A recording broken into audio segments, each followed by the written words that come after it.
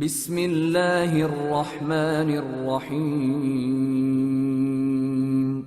شروع اللہ کا نام لے کر جو بڑا مہربان نہایت رحم والا ہے۔ الف لام میم را۔ اے نبی، یہ کتاب الہی کی آیتیں ہیں اور جو کچھ تمہارے پروردگار کی طرف سے تم پر نازل ہوا ہے حق ہے، لیکن اکثر لوگ ایمان نہیں لاتے۔ اللہ وہی تو ہے جس نے ستونوں کے بغیر آسمان جیسا کہ تم دیکھتے ہو اتنے اونچے بنائے، پھر عرش پر جلوہ افروز ہوا اور سورج اور چاند کو کام میں لگا دیا۔ ہر ایک میعاد معین تک گردش کر رہا ہے۔ وہی دنیا کے کاموں کا انتظام کرتا ہے۔ اس طرح وہ اپنی آیتیں کھول کھول کر بیان کرتا ہے کہ تم اپنے پروردگار کے روبرو جانے کا یقین کرو۔ اور وہی ہے جس نے زمین کو پھیلایا اور اس میں پہاڑ اور دریا پیدا کیے اور ہر طرح کے میووں کی دو قسمیں بنائیں۔ وہی رات کو دن کا لباس پہناتا ہے۔ غور کرنے والوں کے لیے اس میں بہت سی نشانیاں ہیں۔ اور زمین میں کئی طرح کے قطعات ہیں ایک دوسرے سے ملے ہوئے، اور انگور کے باغ اور کھیتی اور کھجور کے درخت۔ بعض کی بہت سی شاخیں ہیں اور بعض کی اتنی نہیں ہوتی، باوجود کہ پانی سب کو ایک ہی ملتا ہے۔ اور ہم بعض میووں کو بعض پر لذت میں فضیلت دیتی ہیں، اور اس میں سمجھنے والوں کے لیے بہت سی نشانیاں ہیں۔ اگر تم عجیب بات سننی چاہو تو کافروں کا یہ کہنا عجیب ہے کہ جب ہم مر کر مٹی ہو جائیں گے تو کیا از سر نو پیدا ہوں گے؟ یہی لوگ ہیں جو اپنے پروردگار سے منکر ہوئے ہیں، اور یہی ہیں جن کی گردنوں میں طوق ہوں گے، اور یہی اہل دوزخ ہیں کہ ہمیشہ اس میں جلتے رہیں گے۔ اور یہ لوگ بھلائی سے پہلے تم سے برائی جلدی سے مانگتے ہیں، یعنی طالب عذاب ہیں، حالانکہ ان سے پہلے عذاب واقع ہو چکے ہیں۔ اور تمہارا پروردگار لوگوں کو باوجود ان کی بے انصافیوں کے معاف کرنے والا ہے، اور بے شک تمہارا پروردگار سخت عذاب دینے والا ہے۔ اور کافر لوگ کہتے ہیں کہ اس پیغمبر پر اس کے پروردگار کی طرف سے کوئی نشانی کیوں نازل نہیں ہوئی؟ اے نبی، تم تو صرف خبردار کرنے والے ہو، اور ہر ایک قوم کے لیے رہنما ہوا کرتا ہے۔ اللہ ہی اس بچے سے واقف ہے جو عورت کے پیٹ میں ہوتا ہے، اور وہی پیٹ کے سکڑنے اور بڑھنے سے بھی واقف ہے، اور ہر چیز کا اس کے ہاں ایک اندازہ مقرر ہے۔ وہ چھپی اور ظاہر چیزوں کا جاننے والا ہے، سب سے بزرگ ہے، عالی رتبہ ہے۔ کوئی تم میں سے چپکے سے بات کہے یا پکار کر، یا رات کو کہیں چھپ جائے یا دن کی روشنی میں کھلم کھلا چلے پھرے، اللہ کے نزدیک برابر ہے۔ اس کے آگے اور پیچھے اللہ کے چوکیدار ہیں جو اللہ کے حکم سے اس کی نگرانی کرتے ہیں۔ اللہ اس نعمت کو جو کسی قوم کو حاصل ہے نہیں بدلتا جب تک کہ وہ اپنی حالت کو نہ بدلے، اور جب اللہ کسی قوم کے ساتھ برائی کا ارادہ کرتا ہے تو وہ پھر نہیں سکتی، اور اللہ کے سوا ان کا کوئی مددگار نہیں ہوتا۔ وہی تو ہے جو تم کو ڈرانے اور امید دلانے کے لیے بجلی دکھاتا اور بھاری بھاری بادل پیدا کرتا ہے، اور رعد اور فرشتے سب اس کے خوف سے اس کی تسبیح و تحمید کرتے رہتی ہیں۔ اور وہی بجلیاں بھیجتا ہے، پھر جس پر چاہتا ہے گرا بھی دیتا ہے، جبکہ وہ اللہ کے بارے میں جھگڑتی ہیں، اور وہ بڑی قوت والا ہے۔ کام کا پکارنا تو اسی کا ہے، اور جن کو یہ لوگ اس کے سوا پکارتے ہیں وہ ان کی پکار کو کسی طرح قبول نہیں کرتے، مگر اس شخص کی طرح جو اپنے دونوں ہاتھ پانی کی طرف پھیلا دے تاکہ دور ہی سے اس کے منہ تک آ پہنچے، حالانکہ وہ اس تک کبھی بھی نہیں آ سکتا۔ اور اسی طرح کافروں کی پکار بیکار ہے۔ اور جتنی مخلوقات آسمانوں اور زمین میں ہے، خوشی سے یا ناخوشی سے اللہ کے آگے سجدہ کرتی ہے، اور ان کے سائے بھی صبح و شام سجدے کرتے ہیں۔ چونکہ آیت سجدہ تلاوت کی گئی ہے، لہذا سامعین پر سجدہ واجب ہے۔ ان سے پوچھو کہ آسمانوں اور زمین کا پروردگار کون ہے؟ تم ہی کہہ دو کہ اللہ۔ ان سے کہو کہ کیا تم نے اللہ کو چھوڑ کر ایسے لوگوں کو کارساز بنایا ہے جو خود اپنے نفع و نقصان کا بھی اختیار نہیں رکھتے؟ کہو کیا اندھا اور آنکھوں والا برابر ہیں؟ یا اندھیرا اور اجالا برابر ہو سکتا ہے؟ بھلا ان لوگوں نے جن کو اللہ کا شریک مقرر کیا ہے، کیا انہوں نے اللہ کسی مخلوقات پیدا کی ہے جس کے سبب ان کے لیے مخلوقات مشتبہ ہو گئی ہے؟ کہہ دو کہ اللہ ہی ہر چیز کا پیدا کرنے والا ہے اور وہ یکتا ہے، بڑا زبردست ہے۔ اسی نے آسمان سے مے برسایا، پھر اس سے اپنے اپنے اندازے کے مطابق نالے بہہ نکلے، پھر پانی پر پھولا ہوا جھاگ آ گیا۔ اور جس چیز کو زیور یا کوئی اور سامان بنانے کے لیے آگ میں تپاتے ہیں اس میں بھی ایسا ہی جھاگ ہوتا ہے۔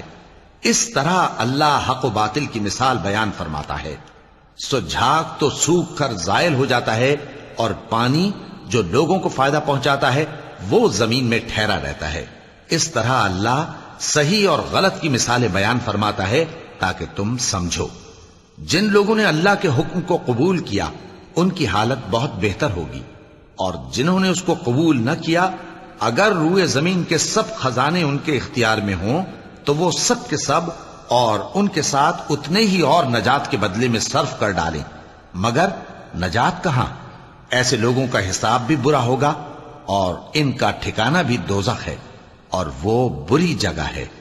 بھلا جو شخص یہ جانتا ہے کہ جو کچھ تمہارے پروردگار کی طرف سے تم پر نازل ہوا ہے حق ہے، وہ اس شخص کی طرح ہے جو اندھا ہے، اور سمجھتے تو وہی ہیں جو عقل مند ہیں، جو اللہ کے عہد کو پورا کرتے ہیں اور قول و قرار کو نہیں توڑتے، اور جن رشتوں کے جوڑے رکھنے کا اللہ نے حکم دیا ان کو جوڑے رکھتے، اور اپنے پروردگار سے ڈرتے رہتے اور برے حساب سے خوف رکھتے ہیں، اور جو اپنے پروردگار کی خوشنودی حاصل کرنے کے لیے مصائب پر صبر کرتے ہیں اور نماز پڑھتے ہیں، اور جو مال ہم نے ان کو دیا ہے اس میں سے پوشیدہ اور ظاہر خرچ کرتے ہیں، اور نیکی سے برائی کو دور کرتے ہیں، یہی لوگ ہیں جن کے لیے عاقبت کا گھر ہے، یعنی ہمیشہ رہنے کے باغات جن میں وہ داخل ہوں گے، اور ان کے باپ دادوں اور بیویوں اور اولاد میں سے جو نیکوکار ہوں گے وہ بھی بہشت میں جائیں گے، اور فرشتے بہشت کے ہر ایک دروازے سے ان کے پاس آئیں گے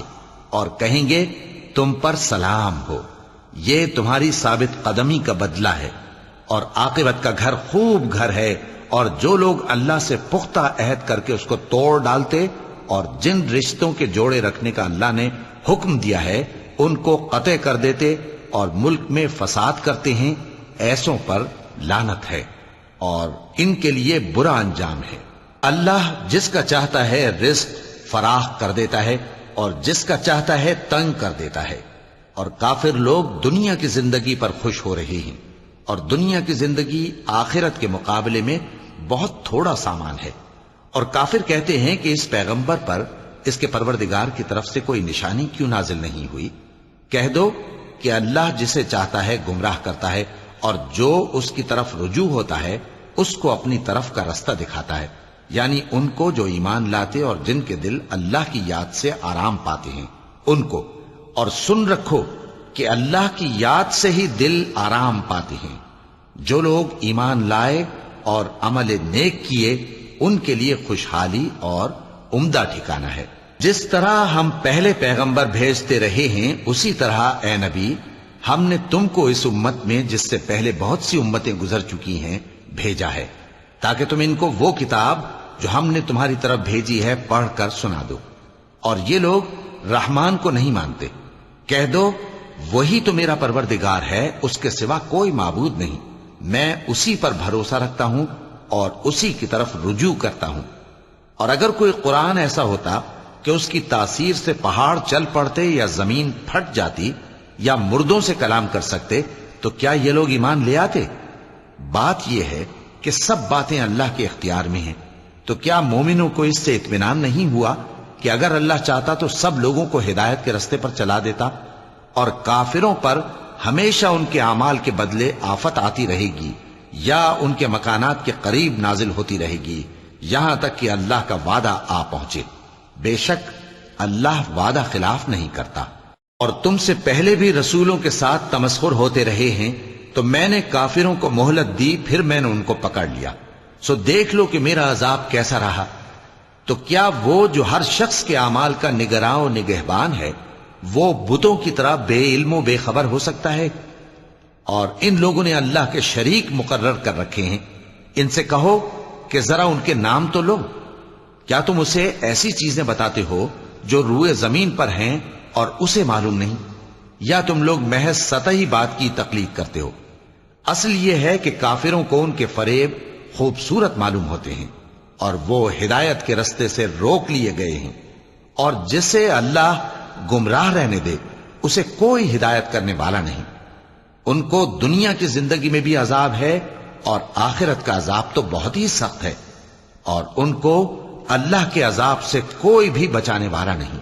جس جنت کا پرہیزگاروں سے وعدہ کیا گیا ہے اس کی شان یہ ہے کہ اس کے نیچے نہریں بہ رہی ہیں، اس کے پھل ہمیشہ باقی رہنے والے ہیں اور اس کے سائے بھی۔ یہ ان لوگوں کا انجام ہے جو متقی ہیں، اور کافروں کا انجام دوزخ ہے۔ اور جن لوگوں کو ہم نے کتاب دی ہے وہ اس کتاب سے جو تم پر نازل ہوئی ہے خوش ہوتی ہیں، اور بعض فرقے اس کی بعض باتیں نہیں بھی مانتے۔ کہہ دو کہ مجھ کو یہی حکم ہوا ہے کہ اللہ ہی کی عبادت کروں اور اس کے ساتھ کسی کو شریک نہ بناؤں۔ میں اسی کی طرف بلاتا ہوں اور اسی کی طرف مجھے لوٹنا ہے۔ اور اسی طرح ہم نے اس قرآن کو عربی زبان کا فرمان بنا کر نازل کیا ہے، اور اگر تم علم آ جانے کے بعد ان لوگوں کی خواہشوں کے پیچھے چلو گے تو اللہ کے سامنے کوئی نہ تمہارا مددگار ہوگا اور نہ کوئی بچانے والا۔ اور اے نبی، ہم نے تم سے پہلے بھی پیغمبر بھیجے تھے اور ان کو بیویاں اور اولاد بھی دی تھی، اور کسی پیغمبر کے اختیار کی بات نہ تھی کہ اللہ کے حکم کے بغیر کوئی نشانی لے آتا۔ ہر حکم قضا کتاب میں لکھا ہوا ہے۔ اللہ جس چیز کو چاہتا ہے مٹا دیتا ہے اور جس کو چاہتا ہے باقی رکھتا ہے، اور اسی کے پاس اصل کتاب ہے۔ اور اگر ہم کوئی عذاب جس کا ان لوگوں سے وعدہ کرتے ہیں تمہیں دکھائیں، یعنی تمہارے روبرو ان پر نازل کریں، یا تمہاری مدت حیات پوری کر دیں، یعنی تمہارے انتقال کے بعد عذاب بھیجیں، تو تمہارا کام ہمارے احکام کا پہنچا دینا ہے اور ہمارا کام حساب لینا ہے۔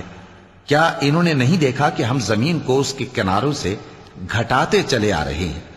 اور اللہ جیسا چاہتا ہے حکم کرتا ہے، کوئی اس کے حکم کا رد کرنے والا نہیں، اور وہ جلد حساب لینے والا ہے۔